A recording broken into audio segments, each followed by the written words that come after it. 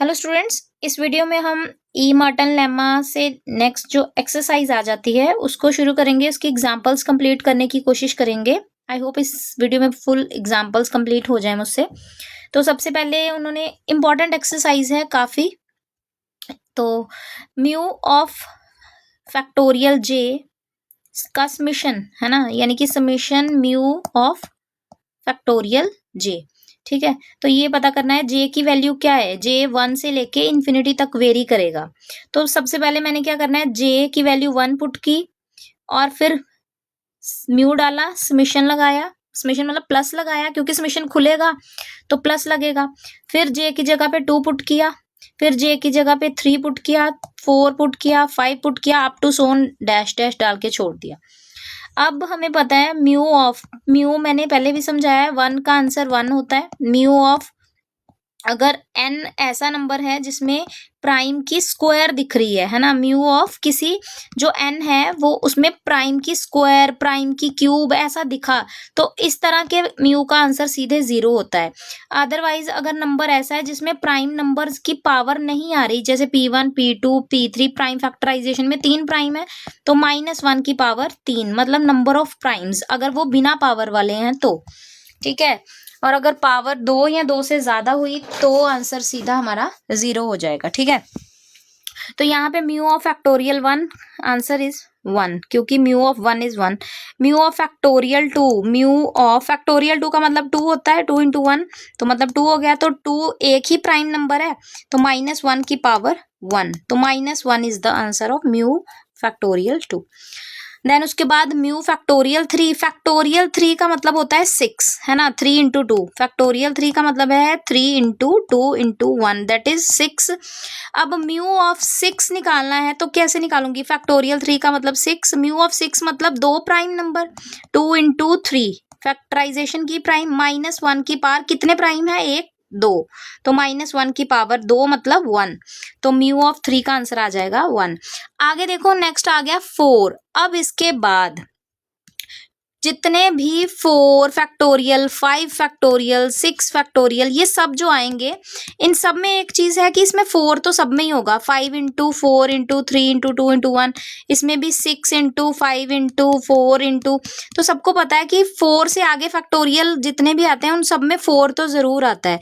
तो जिसमें 4 आएगा उसका म्यू क्या होगा, 0 होगा। क्यों, क्योंकि म्यू ऑफ 4 यानी कि 2 की स्क्वायर, तो जैसे ही म्यू ऑफ 2 की स्क्वायर दिखा तो मैंने बोला था प्राइम की स्क्वायर दिखेगा तो आंसर सीधे ही 0 हो जाएगा। तो म्यू ऑफ 4 फैक्टोरियल इज 0। तो इसी तरह से म्यू ऑफ 5 फैक्टोरियल भी क्या हो गया, 0। तो इस तरह से आगे वाले सारे ही क्या हो जाएंगे, 0, क्योंकि सब में 4 तो आएगा ही। 4 मतलब 2 का स्क्वायर जरूर आएगा। तो जिनको ये समझ ना आए कि मोबियस म्यू ये कैसे निकाल रही हूँ, कहाँ लिखा है, तो वो मेरी मोबियस फंक्शन वाली जो वीडियो है इससे 2-3 वीडियो पीछे ही होगी, 2 वीडियो या हाँ 2 वीडियो पीछे होगी। ठीक है, जिसमें मैंने मोबियस फंक्शन समझाया है। ठीक है, मोबियस फंक्शन वो वीडियो आप देख लेना। ठीक है, तो मैं डिस्क्रिप्शन में भी वैसे लगा दूंगी मोबियस फंक्शन की जो डेफिनेशन वाली वीडियो है, तो डिस्क्रिप्शन में भी डाल दूंगी। अदरवाइज अगर ना लगाना भूल गई तो आप लोग जाके प्लेलिस्ट में देख लेना। ठीक है, छठी या सातवीं क्लास होगी, 6वीं 5वीं 6वीं क्लास होगी। ठीक है, तो ये हो गया हमारे पास म्यू ऑफ n 0 हो जाएगा अगर n 4 या 4 से ज्यादा है। तो म्यू ऑफ j में सिर्फ 3 ही नंबर है, म्यू 1 2 एंड 6 वाला, है ना, फैक्टोरियल 3 मतलब। तो इन तीनों के म्यूज जो निकाले हैं, 1 -1 देन अगेन 1, तो ये कट गया और पीछे आंसर सिर्फ 1 बच गया। तो इसका आंसर क्या हो गया, 1। नेक्स्ट हमारे पास सेम एग्जाम्पल है, इन्होंने इंडक्शन से प्रूव किया गया है, तो इसको देख लेना, ये एज सच सेम ही है ऊपर वाले जैसी। ठीक है, इन्होंने इंडक्शन से इसको प्रूव किया है। ठीक है, तो पहले तो n को 3, इंडक्शन लगता ही ऐसे है ना, पहले n को कांस्टेंट पुट किया जाता है। जनरली हम 1 करते थे, बट अब 1 करने से कुछ खास फायदा होगा नहीं, तो इसीलिए उन्होंने कम से कम 3 से शुरू किया है। ठीक है, तो सॉरी n इक्वल्स टू 3 से शुरू किया है, तो n इक्वल्स टू 3 माना, देन n को m के इक्वल कंसीडर कर लिया, उसके बाद कंसीडर करने के बाद m+1 के लिए प्रूव किया गया है रिजल्ट, तो इंडक्शन से हो गया ये सॉल्व।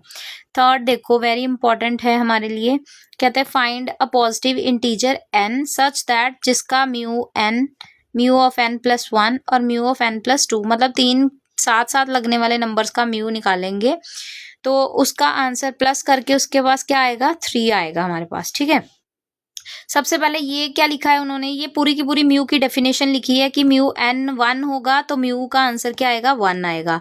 जब म्यू ऐसा होगा कि उसमें जो नंबर है वो किसी प्राइम्स की स्क्वायर से डिविजिबल है, जैसे कि 4 था वो 2 की स्क्वायर से डिविजिबल था, तो ऐसे नंबर्स का म्यू क्या होता है, 0। और अगर नंबर किसी भी प्राइम की स्क्वायर फैक्टर में नहीं आ रहा तो n के अलग अलग प्राइम्स आएंगे, p1 p2 up to Son pr, तो -1 की पावर r आ जाएगा, है ना। तो बस यही चीज यहाँ पे उन्होंने लिखी है। अब आप खुद सोचो, समीशन करने के बाद हमारा आंसर क्या आ रहा है, 1 + 1 करके 3, है ना। खुद सोचो, ये 3 ही आंसर हो सकते हैं, या तो 1 हो सकता है, या 0 हो सकता है, या -1 हो सकता है ना। तो अगर इन तीनों में से कोई एक भी 1 से कम हुआ तो क्या 3 बन पाएगा, नहीं ना।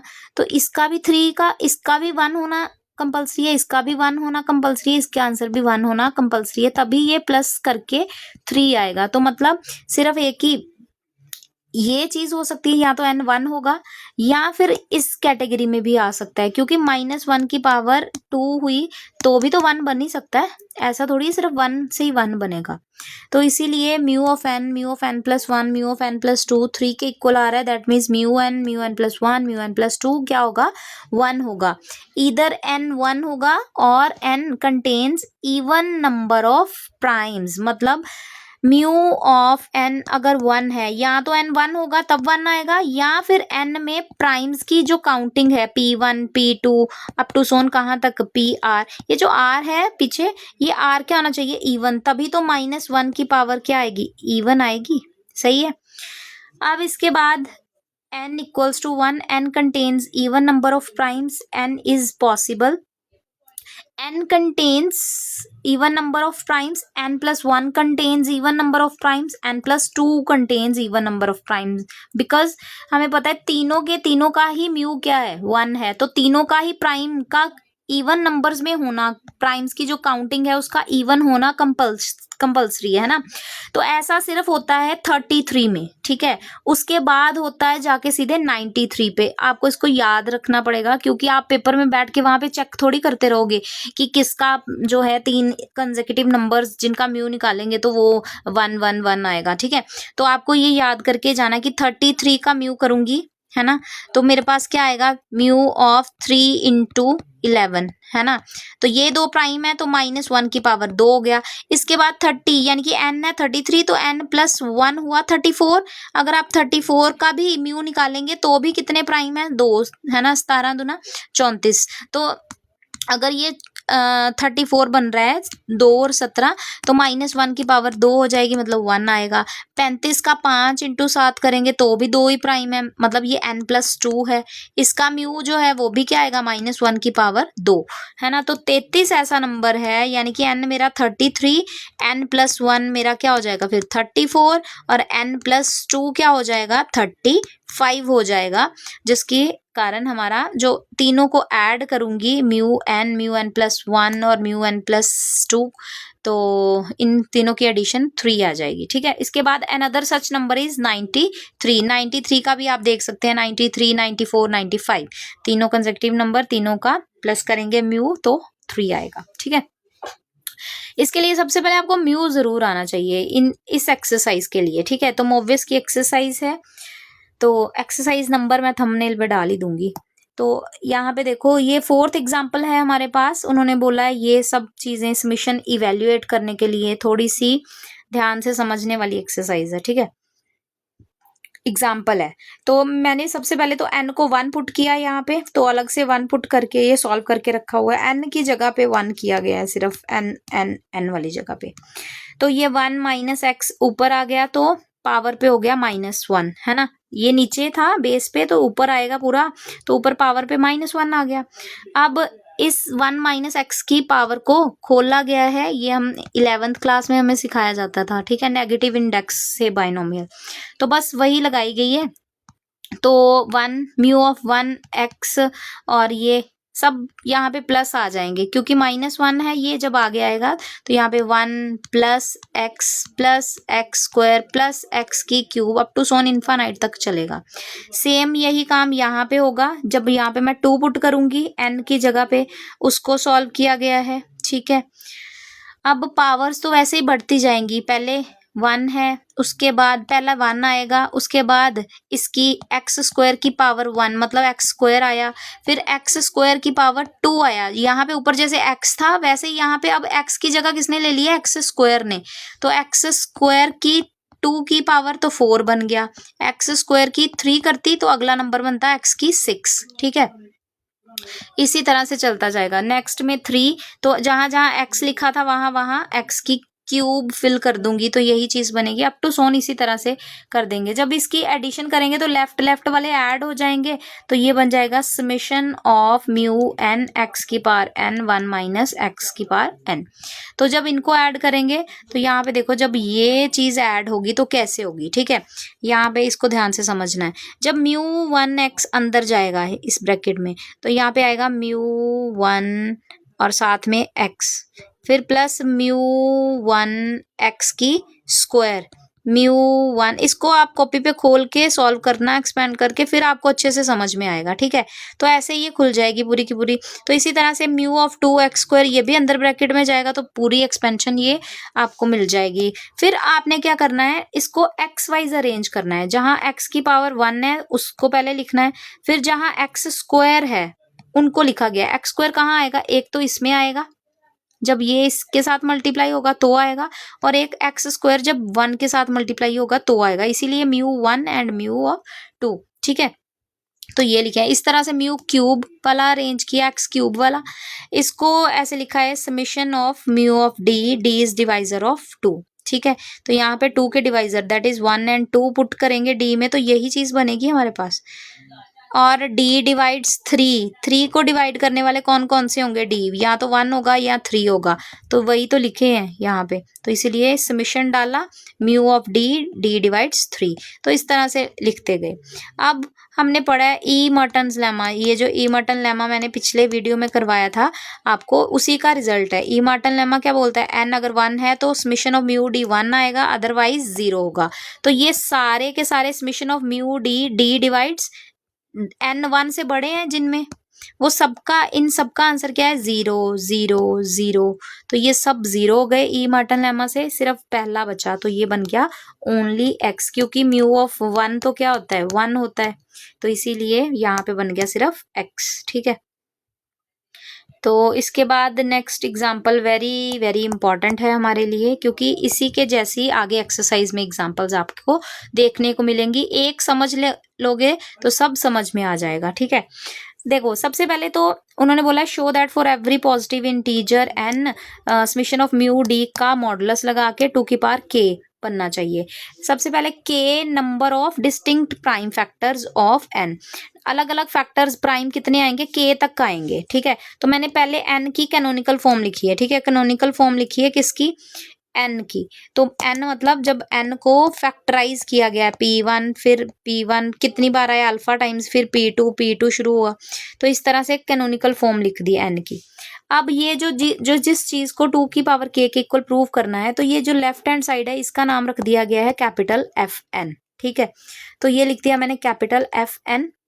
उसके बाद समेशन किसके इक्वल है, summation of mu of D, mu d का मॉडुलस डाल के फिर समेशन। ठीक है, तो अब देखो क्या किया यहाँ पे, पहले मैं देखो ये स्टेप मैं पहले नहीं समझा रही। ठीक है, ये मैं पहले नहीं समझा रही, ये मैं बाद में समझाती हूँ। पहले आ जाओ आप सीधे यहाँ पे, देखो Fn, n की जगह पे मैंने n की वैल्यू सब्सटीट्यूट कर दी। ठीक है, क्यों, क्योंकि n हमने लैटिक कैनोनिकल फॉर्म में ये किया था, तो मैं सीधे यहाँ से n की वैल्यू यहाँ सब्सटीट्यूट कर दी, तो ये बन गया सीधे ये। ठीक है, f p1 alpha 1, p2 alpha 2, pk alpha k, तो f सबके साथ हो गया अलग अलग। ठीक है, अब f p1 अल्फा 1, तो इसीलिए इस चीज को, सिंगल यूनिट को उन्होंने पहले ही सॉल्व कर लिया हुआ है एक फंक्शन को। कैसे, f और ये जो f p की पावर अल्फा, इसका मतलब क्या है, f p अल्फा ही तो है इसका मतलब। ठीक है, ये आ गया किसके इक्वल है, f p अल्फा, यही तो है इसका मतलब कि समीशन ऑफ, जहाँ पे n लिखा था तो n लिखा था यहाँ पे भी, अब यहाँ पे p अल्फा लिखा गया है, यहाँ पे n था, इसको रिप्लेस कर दिया गया p अल्फा से, है ना। तो अब p अल्फा के डिवाइजर्स कौन कौन से होंगे, देखो जैसे 2 की पावर 8 है तो उसके डिवाइजर्स क्या होंगे, 2 की पावर 0, 2 की पावर 1, 2 की पावर 2, कहाँ तक, 2 की पावर 8 तक। तो वैसे ही p की पावर अल्फा लिखा गया है तो इसके डिवाइजर क्या होंगे, p की पावर 0, p की पावर 1, p की पावर 2 टू सॉन p की पावर अल्फा। तो मैंने पुट करना शुरू कर दिया d की जगह, d मतलब डिवाइजर्स, तो डिवाइजर क्या होंगे, p की पावर 0 मतलब 1, p की पावर 1, p की पावर 2, p की पावर 3 अप टू सोन कहाँ तक, p की पावर अल्फा तक। तो ये लगा दिया सब जगह। तो μ1 μp μp स्क्वायर म्यू, साथ में मॉडुलस जरूर डालते जाना क्योंकि उन्होंने मॉडुलस डाला हुआ है, ठीक है। तो म्यू ऑफ 1 1 होता है, जबकि mu of p prime number का म्यू होता है माइनस का 1, सिंगल प्राइम का म्यू होता है -1, लेकिन बाहर मॉडुलस लगा है जिस वजह से वो क्या हो जाएगा, प्लस का 1, तो ऐड करके 2 हो गया, बाकी सब के सब 0। क्यों, क्योंकि बाकी सब p स्क्वायर p क्यूब हैं, तो जिसमें भी प्राइम स्क्वायर क्यूब 4 5 इतनी पावर दिखेगी 2 से ज्यादा, उन सब का म्यू 0, तो सिर्फ पहले 2 बच गए हमारे पास, तो 2 आ गया। अब यहाँ पे सब जगह, अब इस चीज को यहाँ आगे यूज किया गया है, जब f अलग अलग हो गया सबके साथ, अब यहाँ पे इसकी वैल्यू पुट कर दी गई है, ये इसका आंसर क्या आएगा, 2 आएगा, इसका आंसर भी 2 आएगा, इसका भी 2 आएगा। क्यों, क्योंकि आपने एक करके देख ही लिया है, ठीक है। तो यहाँ पे आ गया 2, 2 कितने टाइम्स आया, k टाइम्स आया, तो इसीलिए लिखा है 2 की पावर k टाइम्स। क्यों, क्योंकि ये p1 p2 pk तक चला है, तो इसीलिए यहाँ पे भी k टाइम्स लिखा है, ठीक है। देखो इसमें डैश डैश डाली है, बच्चे क्या बोलते हैं 1 2 3 3 बार लिखा है, तो मैं 2 की पावर 3 लिखती हूँ, नहीं, p1 p2 बीच में डैशेस डाली है, मतलब ये काउंटिंग चलती जा रही है और pk तक खत्म हो रही है ना, तो इसका मतलब 2 कितनी बार लिखा गया है, k टाइम्स लिखा गया है, तो मल्टीप्लाई हो रहा है, इसीलिए पावर पे लगाएंगे, ठीक है। अब नेक्स्ट एग्जाम्पल भी बहुत आसान है अगर हम ध्यान से समझें और कंसेप्ट को पकड़ लें, बस n को ये चीज प्रूव करनी है, आपको दिख ही रहा है r डिस्टिंक्ट प्राइम फैक्टर्स हैं, दिख ही रहा है हमें स्टेटमेंट में। तो n को लिखा सबसे पहले, n मतलब कैनोनिकल फॉर्म लिखी, कहाँ तक, r तक डिस्टिंक्ट प्राइम्स हैं, तो ऊपर वाले में k तक थे, तो मैंने यहाँ k लिखा हुआ था, अब यहाँ r तक लिखा है, ठीक है, क्योंकि r तक दिए हैं।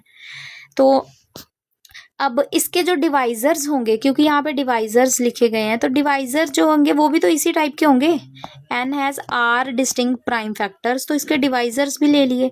अब इसके यहाँ पे a लिखा है, यहाँ पे अल्फाज लिखा है, क्यों, क्योंकि अगर किसी नंबर के जैसे 2 की पावर 3 है इंटू 5 की पावर 2 है, इसका जो डिवाइजर अगर ये n है तो इसका डिवाइजर कैसा होगा, 2 की पावर 1, 5 की पावर 2, ऐसा हो सकता है ना, पावर इससे ज्यादा तो नहीं हो सकती ना, नंबर की पावर से ज्यादा तो नहीं हो सकती ना डिवाइजर की पावर, तो इसीलिए ये जो अल्फाज हैं ये a की पावर से, a जो है उससे कम कम होगा या बराबर भी हो सकते हैं, और 0 या 0 से ज्यादा हो सकता है। अब d की जगह पे मैंने d की वैल्यू सब्सटीट्यूट कर दी, ठीक है, d की वैल्यू सब्सटीट्यूट कर दी, म्यू को सबके साथ अलग अलग कर देना है, किसी एक म्यू को उठा के सॉल्व कर लेना है, ठीक है। तो मैंने किसी एक म्यू को, सबका समीशन अलग अलग कर दिया, अब किसी एक को उठा के सॉल्व कर लेना है, तो हमने किसी एक म्यू को उठाया, p1 अल्फा 1 और नीचे p1 की पावर अल्फा 1, इसको उठाया, सॉल्व करना शुरू किया, अल्फा की वैल्यू 0 से शुरू होके a1 तक जाएगी, तो वही पुट करना शुरू किया, अल्फा की जगह 0 1 2 अप टू सोन a1 तक, तो म्यू को सॉल्व किया, ये सब की सब स्क्वायर वाली हैं तो 0 हो जाएंगी, सिर्फ पहली 2 सॉल्व होंगी, म्यू ऑफ p की पावर 0 दैट इज 1, तो p1 की पावर 0 मतलब 1, और प्राइम नंबर की -1 की पावर 1, है ना, क्योंकि एक ही तो प्राइम है, और नीचे p1, और ये आ गया 1 - 1 बाय p1, है ना, तो 1 - 1 बाय p1, तो इसका मतलब इसका आंसर 1 - 1 बाय p1 आएगा, इसका क्या आएगा 1 - 1 बाय p2, इसका क्या आएगा 1 - 1 बाय pr आएगा अप टू सोन, है ना। तो बस वही चीज यहाँ पे आगे क्लब करके इकट्ठा करके लिख दी गई है, ठीक है। इसके बाद नेक्स्ट ये भी लास्ट एग्जाम्पल है, आई थिंक ये 7th नहीं, एक और भी है, दोनों ही मोस्ट इंपॉर्टेंट एग्जाम्पल्स हैं, ठीक है। 7 देखो n आपको दिया है, ठीक है, उसके बाद उन्होंने बोला है म्यू डी टो डी, इसका ये आंसर आना चाहिए, शो करना है। तो म्यू और टो दोनों ही मल्टीप्लिकेटिव फंक्शन है, मतलब दोनों को जब इकट्ठा मल्टीप्लाई किया जाएगा वो भी मल्टीप्लिकेटिव होगा। तो जब भी मल्टीप्लिकेटिव का फायदा ये होगा कि जब भी हम इसमें नंबर्स पुट करेंगे तो हम म्यू अलग अलग कर सकते हैं, ठीक है, म्यू ऑफ टर्म्स का अलग अलग सेपरेट किया जा सकेगा। तो म्यू और टो दोनों समीशन लगा के इसका नाम रख दिया एफ एन। क्यों? क्योंकि जो चीज मुझे प्रूव करनी है उसकी लेफ्ट हैंड साइड यही तो है, तो लेफ्ट हैंड साइड का नाम एफ एन रख दिया ताकि बार बार मुझे ये इतनी बड़ी टर्म ना लिखनी पड़े। एन की जगह एन की वैल्यू सब्सटीट्यूट करेंगे, तो एन की जगह एन की वैल्यू सब्सटीट्यूट कर दी मैंने P1 PR तक, है ना। तो एफ एफ अलग अलग कर दिया, इसमें से किसी एक को उठा के सॉल्व कर लेना आपको। तो इन्होंने आई लिख दिया जर्नल फॉर्म में, I1 से लेके R तक वेरी करेगा, तो आई डाल के इसको सॉल्व करना शुरू कर दिया। आप सिंपल सीधे P1 K1 करके लिख के भी सॉल्व करना शुरू कर सकते हो। तो म्यू ऑफ एफ एन का मतलब यहाँ एन होता था तो यहाँ भी एन डालते थे, अब P की पावर K लिखा है तो यहाँ पे भी PI की पावर K लिखा है, बाकी सब सेम। अब यहाँ पे डी PI की पावर KI है, तो इसका डिवाइजर क्या होगा? पहले तो PI की पावर 0, फिर PI की पावर 1, PI की पावर 2, तो ऐसे ही डिवाइजर्स हम पुट करते गए। PI की पावर 0 मतलब 1 हो गया, PI की पावर 1, PI की पावर 2, PI की power 3 up to so on PI की पावर KI। तो सब के सब म्यू क्या हो जाएंगे? 0, और सिर्फ पहले दो बचेंगे, ठीक है, पहली दो टर्म्स बच गई। म्यू ऑफ 1 1 होता है, टो ऑफ 1 1 होता है, म्यू ऑफ प्राइम -1 होता है, टो ऑफ प्राइम 2 होता है। प्राइम नंबर के दो ही तो डिवाइजर होते हैं, एक प्राइम नंबर इटसेल्फ और एक 1, तो 2 हुए ना टोटल। तो नंबर ऑफ डिवाइजर्स कितना हुआ? 2।